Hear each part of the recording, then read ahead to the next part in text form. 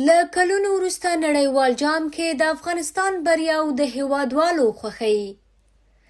افغانستان له کلونو وروسته په نړیوال جام کې بریا ترلاسه کړه. د 2023م نړیوال جام سیالیو په درشل کې افغانستان پرون د انګلند پر وړاندې ولوبېد. افغان لوبډلې د رحمان الله ګربز او اکرام علي خیل په غوره توپوهنې سره انګلند ته نسبتاً ستر هدف ورکړ. په دې لوبه کې هیوادوال او مینوال د ګربز او علي خیل له توپوهنې راضي وو، خو بیا هم د لوبغاړو ځینې تېروتنې وې چې ګربز د سلیزې له پوره کولو وړاندې په 80 منډو او ورپسې نور لوبغاړي هم زر زر وسوځېدل، او دا هغه څه و چې بریا ته یې د هیوادوالو تمې کمرنګه کړې.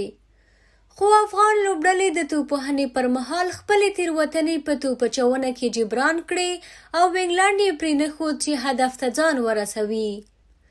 افغانستان د مجیب راشد نبی او فضل فاروقي په ښې توپچونې سره د انګلند ټول لوبغاړي له پښو وغورځول او یاده لوبډله یې د 9 منډو په توپیر ماته کړه. له دې بریا سره هم مهاله په هېواد دننه او بهر افغانانو د افغانستان یاده لاسته راوړنه په شور او ولولو ولمانځله او د ښارونو پر سړکونو یې اتڼونه وکول. د افغان لوبډلې مینوال په دې باور دي چې افغانستان د خپلې وړتیا په ښکاره کولو سره ثابته کړه چې کولی شي نورې لوبې هم وګټي.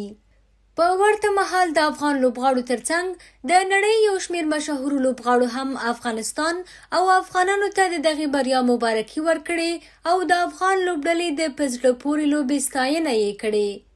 په همدې حال کې د افغانستان پرونۍ په زړه پورې لوبې هغه لوبډلې په خطر کې واچولې چې په نږدې ورځو کې ورسره مخامخ کیږي. افغان لوبډله خپله نږدې لوبه د اکتوبر په 13 له نیوزیلند سره کوي.